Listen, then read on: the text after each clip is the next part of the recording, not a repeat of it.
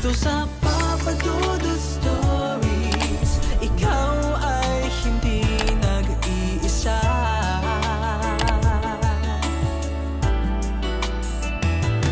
Dito sa Papa Dudut Stories, may nagmamahal sa'yo. Papa Dudut Stories, Papa Dudut Stories. Dear Papa Dudut, sa lahat po ng mga nakatutok ngayon, huwag pong kalimutan mag-like, mag-share at mag-subscribe. Maraming salamat po sa inyong lahat.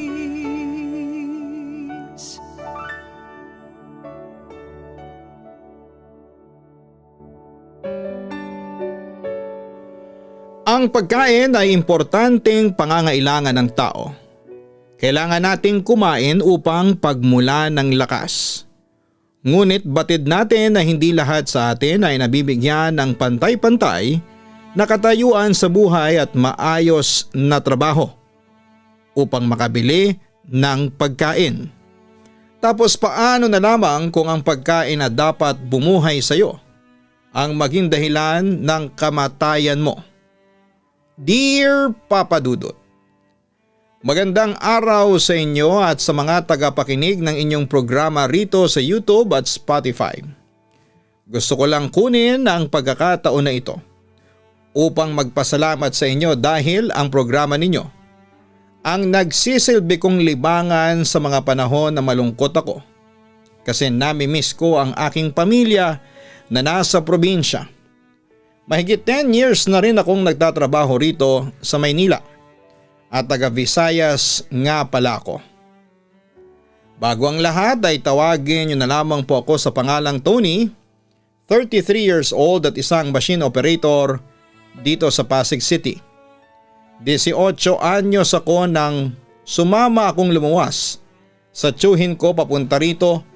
Dati siyang nagtatrabaho sa peryahan bago namatay nitong 2023 lamang dahil sa atake sa puso.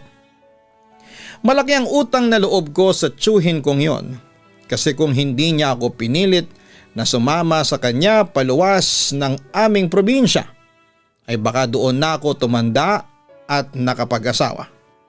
Mahal ko naman ang probinsya namin sa Visayas pero sobrang hirap ng buhay namin doon noong araw. Kung tatanungin ninyo kung kumusta ang buhay at pamumuhay ko ngayong nasa Maynila na ako nakatira at nagtatrabaho, ay masasabi ko na maayos naman. Kahit na hindi pa ganon, kayaman ay meron na rin namang progreso. May kaunting savings sa bangko at nabibili ko na rin ang mga gusto ko. Siyempre nagtitipid pa rin dahil doon kami namulat simula bata pa lamang kami.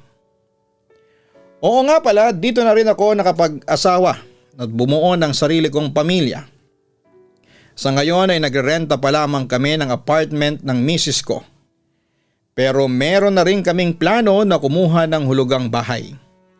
Bali pinag-iipunan pa lang namin ang pang down payment dahil hindi ko naman pwedeng ubusin ang savings ko. Pangarap na talaga namin na magkaroon ng sariling bahay dahil pareho kaming laki sa hirap ng aking asawa. At pareho rin naming naranasan na mawasak ang aming tinitirhan matapos salantahin ng bagyo. Papa Dudut, ang kwento na ibabahagi ko sa inyong programa, sa sulat kong ito ay may mga karanasan tungkol sa aswang. Nung ako ay nasa probinsya pa lamang namin at hanggang sa lumuwas na ako ng Maynila. Ewan pero hindi naman talaga ako mapaniwalain sa mga ganyang kwento dahil para sa akin, gawa-gawa lang ng tao ang mga kwentong aswang na yan. Pero nagbago ang lahat noong personal ko nang maranasan ang mga karanasan na hindi ko po makakalimutan. Magsisimula ang lahat nung teenager pa lamang ako. Ang tanda ko ay nasa 15 anyos pa lamang. Ang pampatulog noon namin ay mga kwentong aswang at engkanto ng aming ina. Marami kasing kumakalat na ganong klase ng istorya sa bayan namin noong mga panahong yon. At dahil hindi pa naman uso ang cellphone ay naging libangan ng mga tao sa probinsya namin ang magkwentuhan. Minsan pa nga sa mga inuman ay hindi nawawala ang pagsisindi ng apoy gamit ang panggatong o siga. Kasabay noon ang pag-inom at pagkwekwentuhan ng nakakatakot. Masasabi ko na isa yon sa mga alaalang gustong-gusto kong binabalikan kapag nami-miss ko ang probinsya namin sa Visayas. Isa sa mga kwento na laging binibida sa amin ng nanay ko ay ang mga aswang na kahalintulad daw ng mababangis na hayop. Tandang-tanda ko pa ang pagsasalarawan niya sa mga yon. May mahabang pangil, mapupulang mata at mababangis na figura. Pero sa tanang buhay ko ay wala naman akong naengkwentro na ganong klase ng nilalang sa probinsya namin. Maliban sa isang maamong matanda na sa unang tingin ay mas nangingibabaw ang kabaitan dahil sa pagkalumanay niyang magsalita. Papadudot ang matandang yon ay itago na lang natin sa pangalang Lola Merced. Taga-kabilang barangay at hindi sa barangay namin talaga nagmula, pero palagi siyang naglalakad tuwing hapon at nakakarating sa aming lugar dahil nagtitinda siya ng lumpiang Shanghai at toge. Kilala nga siya sa tawag sa amin na tindera ng lumpia. Napakasarap ng lumpiang tinitinda niya ayon sa usap-usapan ng mga kapitbahay namin na nakabili na sa kanya. Ngunit hindi pa namin natitikman ang tinda niyang lumpia dahil wala kaming extra na pera na pambili at prioridad ng mga magulang namin ang pagbili ng bigas.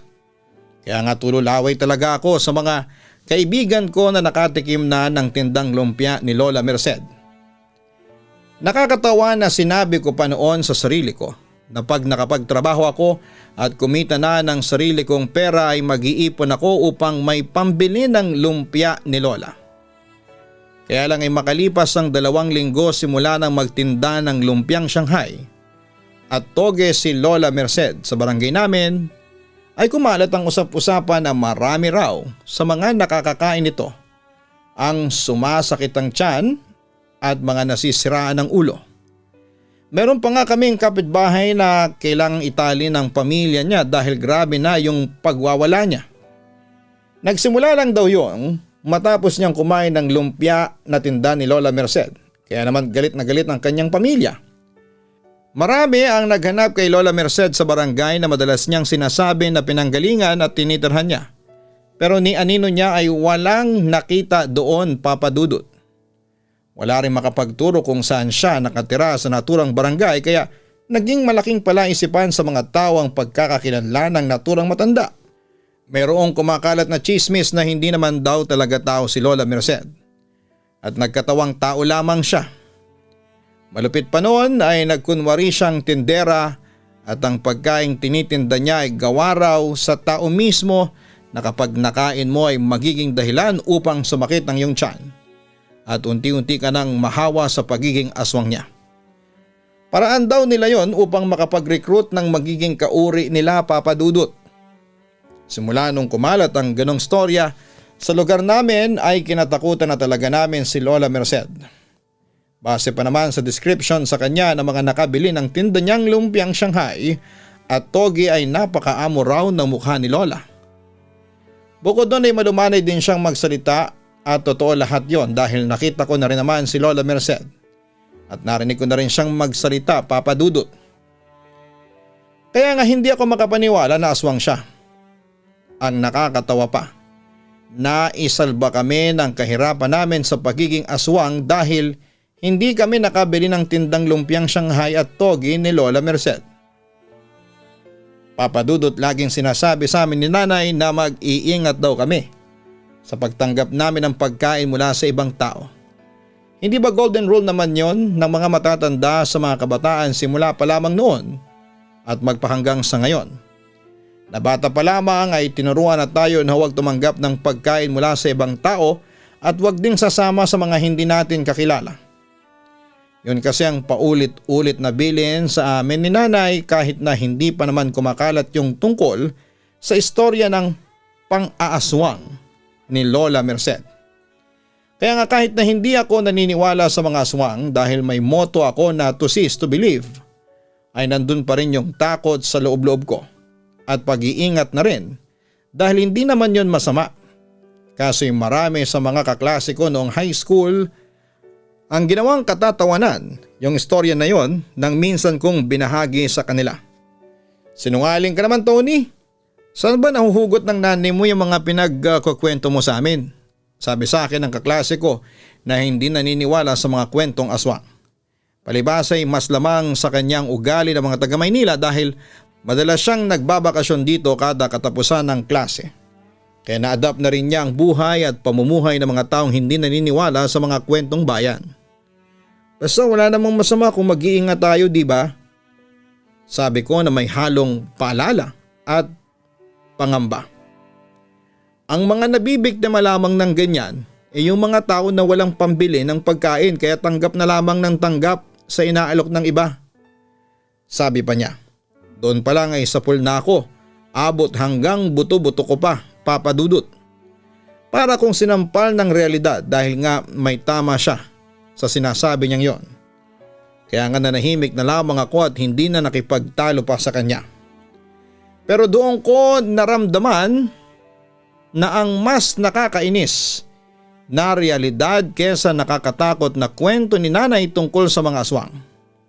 Dahil halos pare-pareho lamang ang estado ng buhay at pamumuhay ng mga tao sa amin ay wala rin namang nagbibigay ng pagkain. Maswerte na lamang kung meron kang kakayahan na makapagbahagi sa iba dahil nakakaluwag ka. Pero wala namang ganon doon dahil nga sapat lang o di kaya minsan ay kapos ang pagkain at pera na pambili nito. Papa Dudut, nang tumungtong ako sa edad 19 ay sinama ako ng tiyuhin ko na magtrabaho sa peryahan. Bali mekaniko siya doon at kagaya lang din niya ang trabaho na pinasukan ko. Tinuruan ako ng husto ng tiyo ko para meron akong pagkakakitaan. Lalo na't hindi na rin naman ako makatungtong sa kolehiyo gawa ng matinding kahirapan. Tinanggap ko na lamang ang kapalaran kong yon at nakontento na lamang ako na marunong akong bumasa, sumulat at bumilang. Hindi na ako nagpapakadalubhasa dahil ang mga mas namutawi sa isipan ko ng mga panahong yon ay makapagtrabaho at kumita ng pera. Noong nagtatrabaho na ako sa peryahan ay iba't ibang lugar ang aking napuntahan, gawa kung saan-saan din kami nadidestino. Doon ko naranasan na makapag-travel ng libre pero hindi ibig sabihin ay naging madali na ang buhay ko, Papa Dudut. Sobrang hirap at bigat ng trabaho namin dahil nakasalalay na sa mga balikat namin ang kaligtasan ng mga parokyano namin. Mapabata man yan o matanda.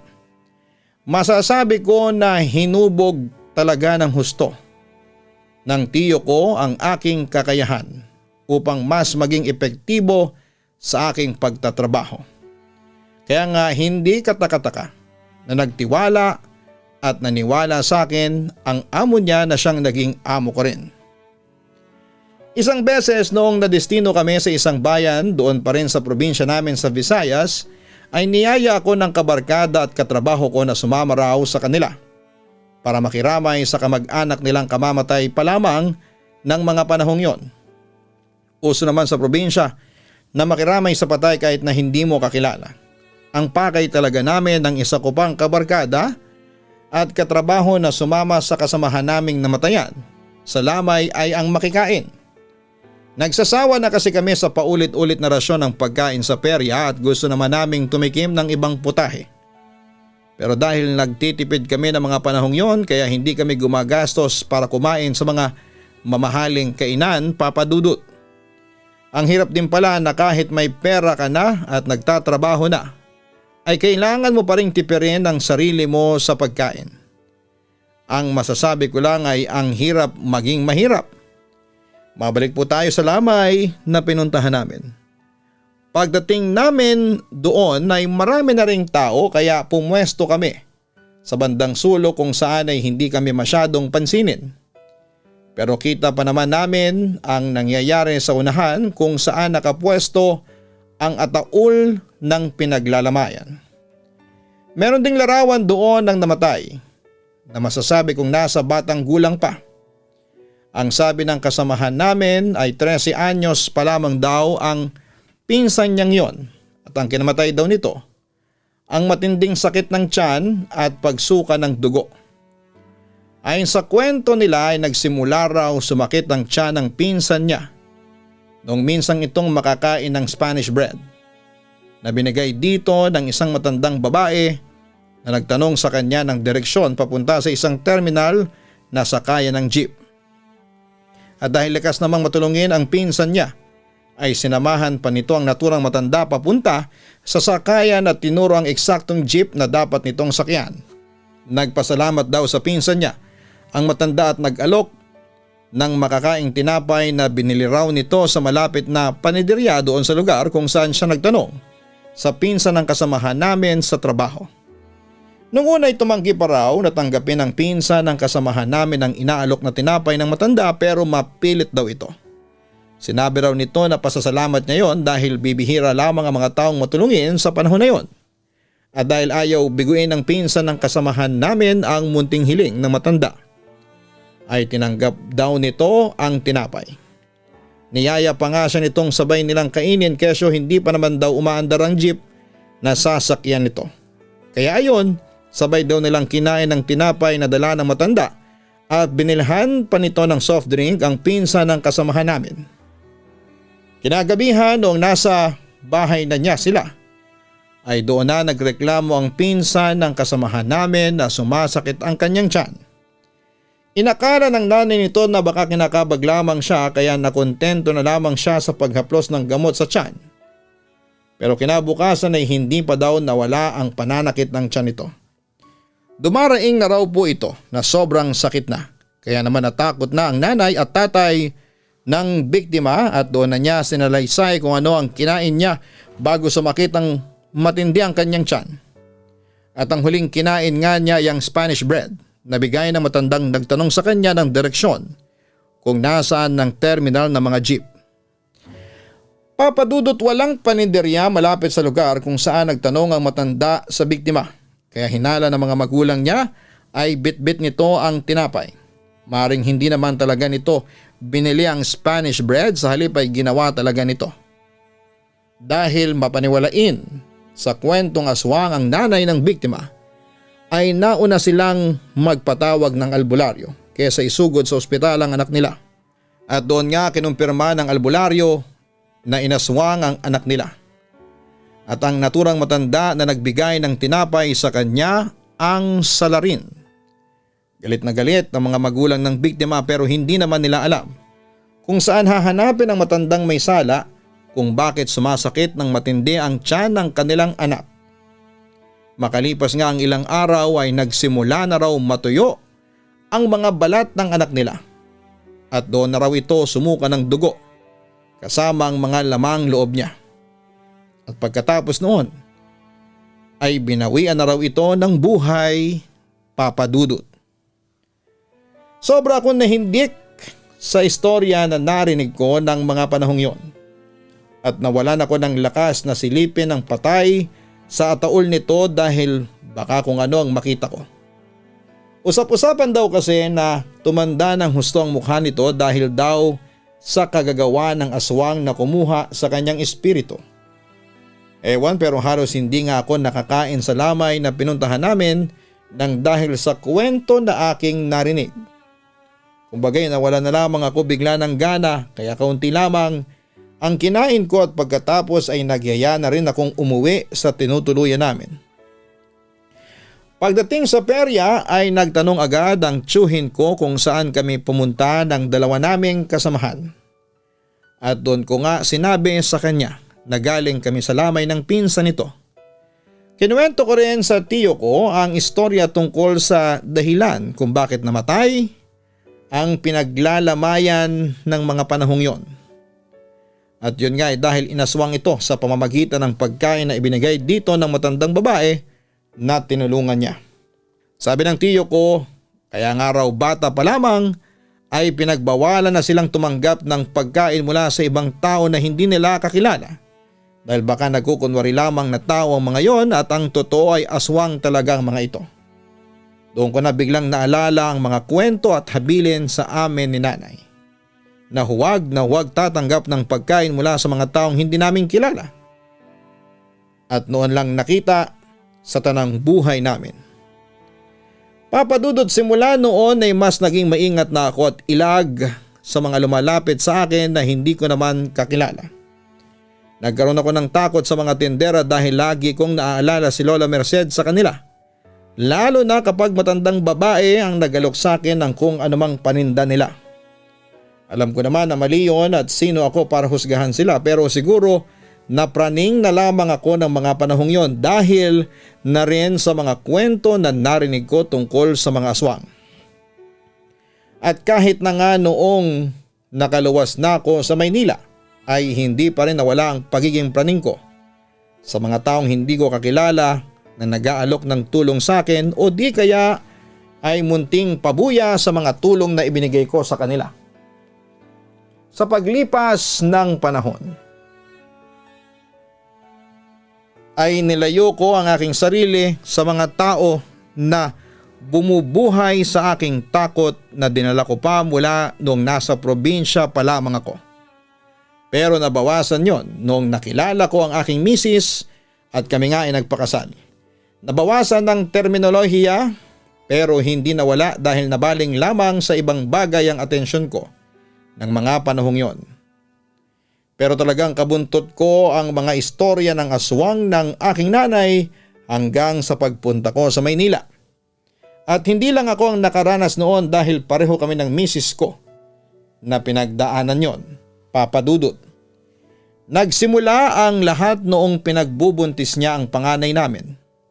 Nasa Pasig na kami noon at nangungupahan sa isang apartment at ang kwarto na tinutuluyan namin ay ang pinakadulo at masasabi kong nakabukod sa ibang mga kwarto. Dahil ang katabi noon ay bodega. Sabi ng may-ari, wala raw kumuha ng huling kwarto na yon kasi nakakatakot daw. Pero para sa amin ang misis ko ay wala namang kaso dahil sa presyo kami nakatingin. At masasabi ko na wala kaming naranasan na kababalaghan sa unang 2 buwan ng pagtira namin doon hanggang sa sumabit ang 3 at pirme na kaming nakakakita ng matandang lalaki na magbabalot at palaging humihinto sa tapat ng tinutuluyan namin para tumitig sa bintana noon. Noong sinabi sa akin yon ng misis ko ay mas nanaig sa akin ng galit dahil sino ba siya para laging gawin ang nakakatakot na bagay na yon.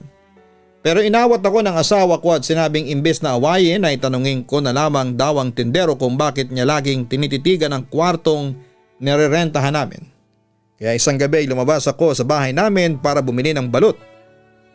Sinamantala ko na rin ang pagkakataon na kausapin siya ng masinsinan at takutin ng kaunti upang hindi na niya gawin ang pagtitig sa tinutuluyan namin.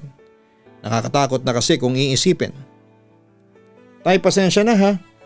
Pero pansin ko lagi kayo nakatitig sa inuupahan ko. Lalo na kapag dumadaan kayo rito sa lugar namin. May problema po ba? Panimula ko. Pasensya ka na iho.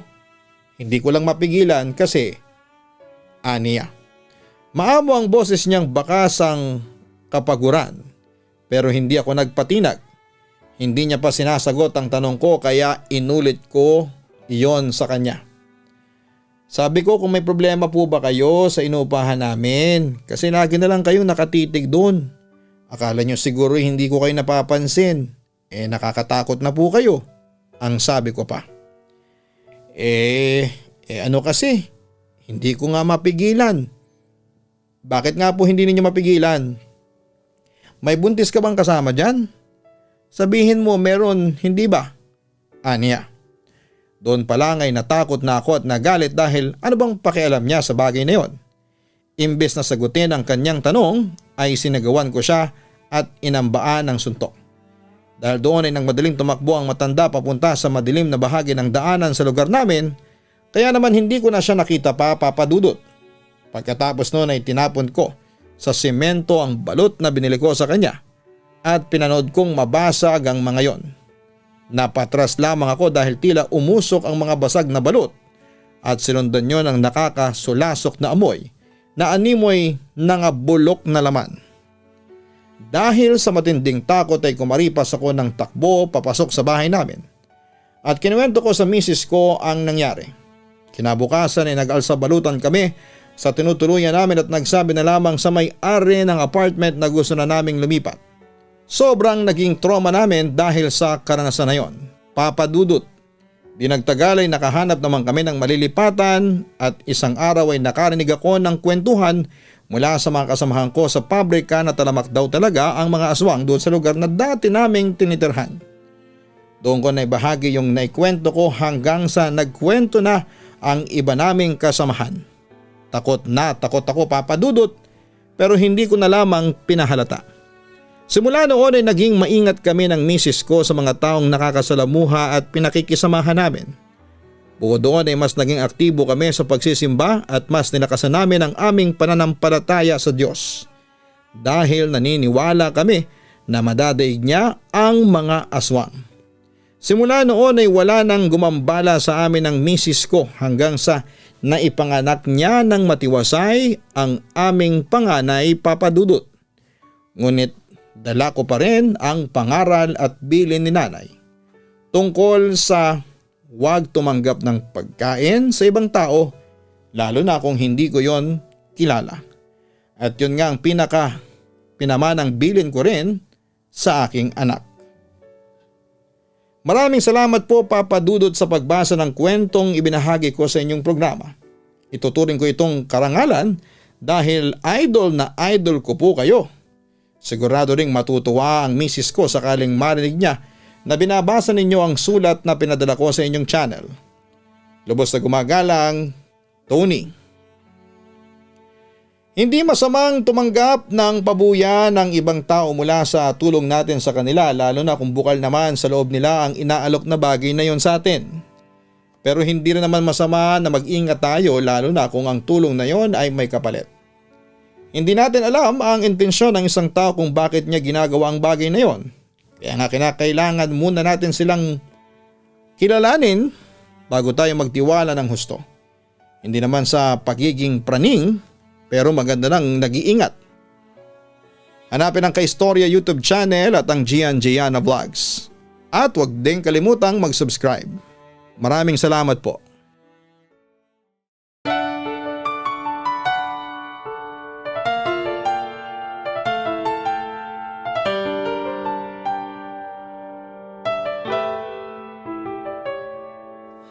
Ang buhay ay mahiwaga, laging may lungkot at saya. Sa Papa Dudut Stories, laging may karamay ka.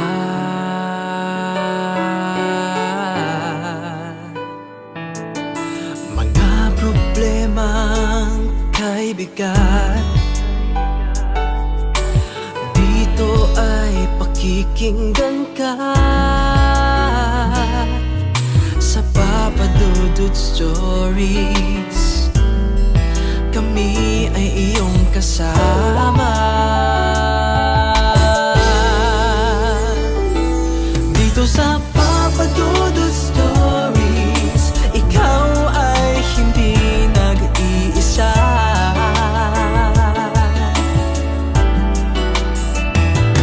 Dito sa Papa Dudut Stories, may nagmamahal sa'yo.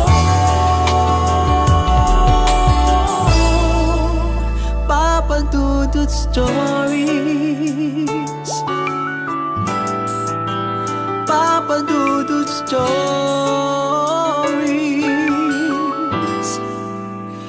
Papa Dudut Stories.